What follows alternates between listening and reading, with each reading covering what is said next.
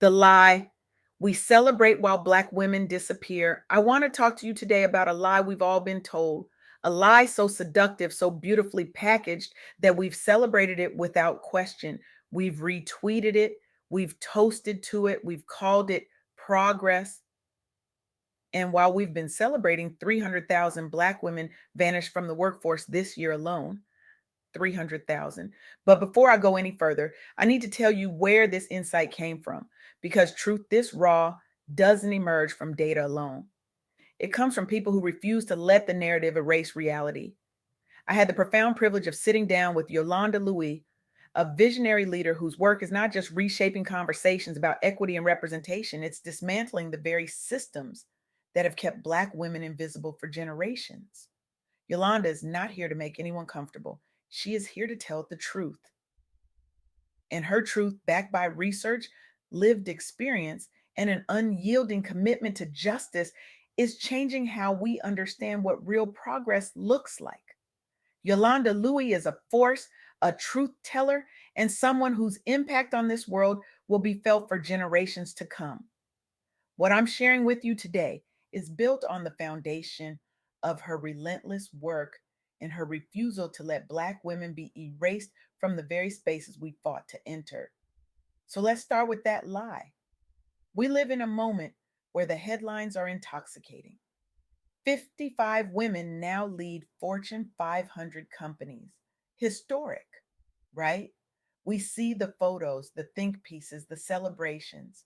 We feel pride. We think finally we're moving forward. Women are breaking through. Glass ceilings are shattering. Progress is real. But here's what they don't tell you in those headlines. Here's what gets buried beneath the champagne toast in the magazine covers. Of those 55 women leading Fortune 500 companies, only two are Black women. Two. Out of 500 of the most powerful companies in the world, only two are led by Black women. And this year, while we were celebrating women's gains broadly, over 300,000 Black women were pushed out of the workforce. Not because they weren't qualified, not because they weren't working hard enough, but because the system that claims to celebrate women's progress was never designed to include them in the first place. Let that sink in for a moment. Progress for women does not mean progress for Black women. And if we don't name that, if we don't sit with the discomfort of that truth, we will continue to mistake visibility for equity. We will continue to celebrate optics while ignoring outcomes. So, who are these two Black women CEOs? Let me tell you about one of them because her story is both extraordinary and devastating in what it reveals. Tasunda Brown Duckett is the CEO of TAA, a Fortune 500 financial services giant. Her journey to the top is nothing short of remarkable. She started at JP Morgan Chase, where she didn't just climb the corporate ladder, she built bridges, she championed financial literacy and equity, she created sponsorship networks, she advocated fiercely for diversity, equity, and inclusion initiatives within her organizations. She didn't wait for a seat at the table. She built her own and then pulled others up behind her. Eventually, Tasunda rose to lead TIA, becoming one of only two Black women to helm a Fortune 500 company. Her leadership has brought visibility, yes, but it has also brought something far more important: a blueprint. She has launched major diversity initiatives. She has inspired more inclusive talent development programs. She has become a trailblazer for Black women in executive roles, proving that it is possible to break through, even in an industry as notoriously unwelcoming as financial services. But here's the thing that keeps me up at night: Tasunda's success, as monumental as it is, also highlights the gap. She is one of two. Her story is exceptional because it has to be. The system is not designed to produce more Thusundas. It's designed to keep Black women out. And the fact that we can name both Black women Fortune 500 CEOs on one hand is not a celebration of progress. It's an indictment of a system that has failed us. Tasunda didn't just face the glass ceiling that all women face, she faced the concrete ceiling, the one reinforced by both gender and race, the one that doesn't crack, it crushes. and she broke through it anyway. But the question we need to ask ourselves is this: why should Black women have to be superhuman just to be seen? Now, let me tell you what happened to the 300,000 Black women who didn't make it to the top, who didn't get the headlines, who didn't get the book deals or the magazine covers. The California Black Women's Collective Empowerment Institute released a report this year that painted a devastating picture. Over 300,000 Black women were laid off in 2025. These weren't entry level workers, these were mid career professionals, women in government, healthcare, and education, fields where Black women are overrepresented but chronically undervalued. They encountered biased hiring systems. They faced wage gaps that widened with every promotion they didn't get. They ran into advancement opportunities that felt more like locked doors than glass ceilings. And here's what the system expected them to do: disappear quietly, accept their fate, internalize the rejection, believe the lie that they weren't good enough. But that's not what happened. 59% of those women, after being laid off, started businesses or freelance work. 59%. They didn't wait for the system to let them back in. They didn't beg for a seat at a table that was never meant for them.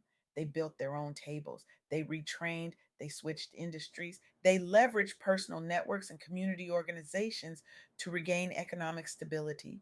And in doing so, they sparked a surge in Black women's entrepreneurship. But let's be very clear about what this is. This is not a feel good story about bootstrapping. This is not a triumph of the American dream. This is a story about systemic failure. These women should not have had to start over. They should not have had to rebuild from scratch. They were pushed out, and then they were forced to create their own safety nets because no one else would catch them. This is resilience born out of necessity. And while we should honor their strength, we should also rage against the system that made that strength necessary in the first place.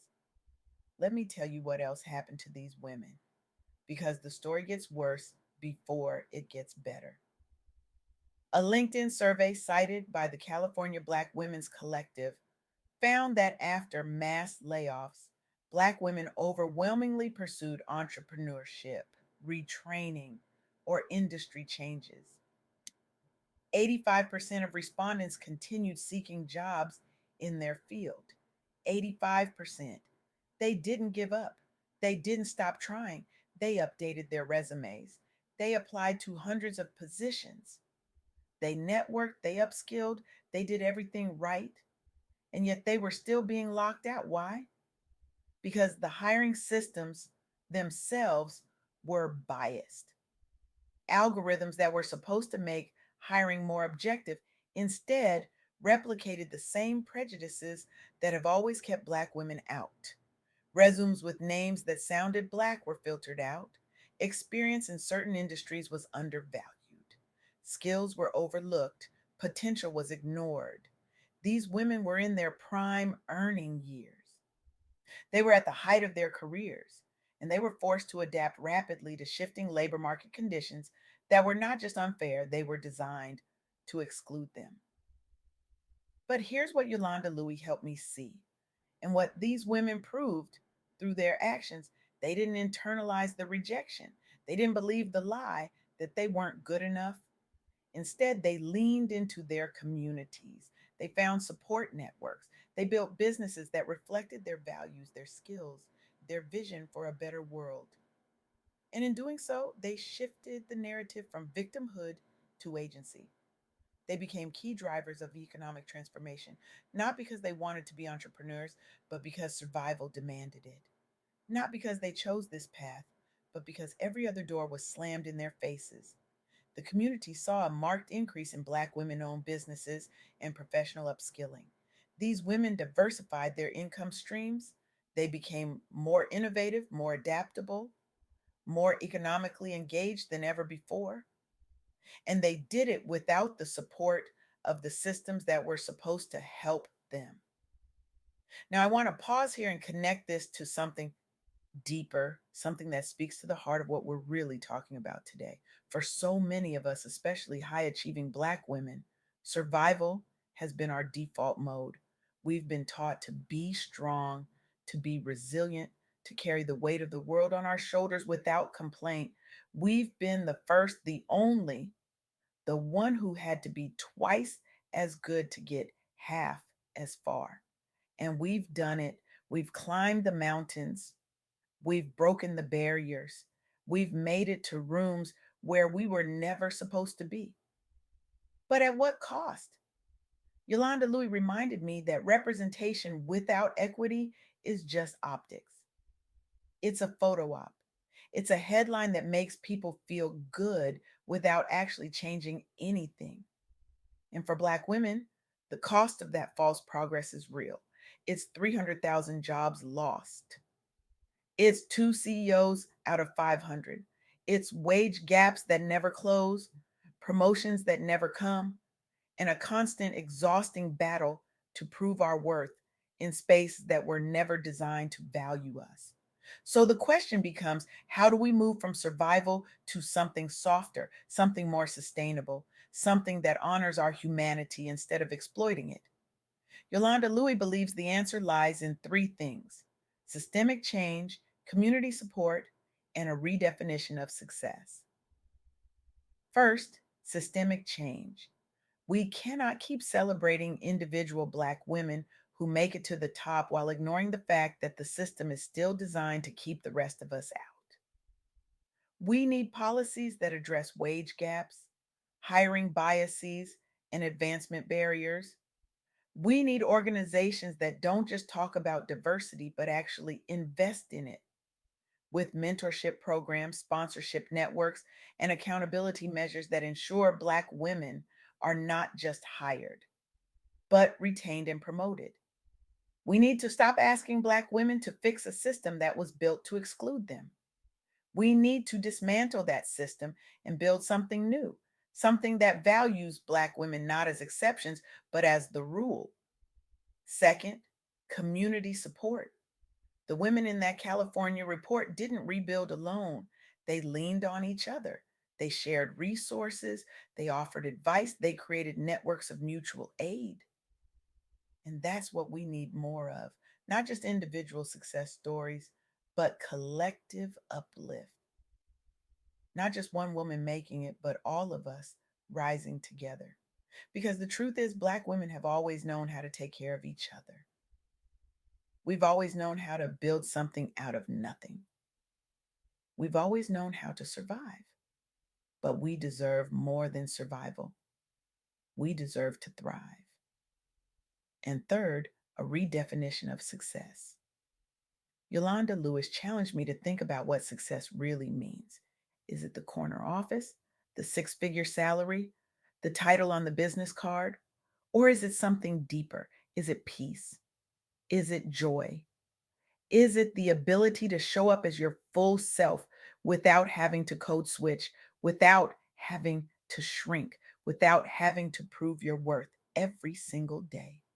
Because here's the truth: Black women are tired. We're tired of being strong. We're tired of being resilient. We're tired of surviving. And we deserve more than that. We deserve to thrive. We deserve to rest. We deserve to be soft.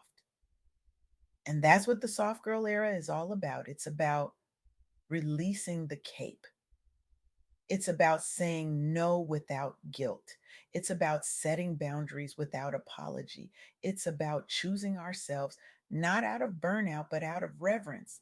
It's about recognizing that our worth is not tied to our productivity, our titles, or our ability to endure suffering. Our worth is inherent, it's sacred, and it's time we started treating it that way. So here's what I need you to hear. Here's what I need you to carry with you when you leave this space: the lie we've been celebrating, the one that says progress for women means progress for all women, is killing us. It's erasing us. It's allowing systems to continue operating exactly as they were designed while we pat ourselves on the back for incremental change. Real progress doesn't look like two Black women CEOs. Real progress looks like a world where Black women don't have to be exceptional just to be seen, where we don't have to survive mass layoffs and rebuild from nothing, where we don't have to choose between our careers and our sanity, where softness is not a luxury, but a birthright. Yolanda Louis is doing the work. She's asking the hard questions. She's holding up the mirror. And she's reminding us that real change doesn't come from individual success stories, it comes from collective action, from systemic transformation, from a commitment to equity that goes beyond words and turns into policy, into practice, into a world where Black women don't have to fight just to exist. That's the world Yolanda Louis is building. And that's the world we all deserve.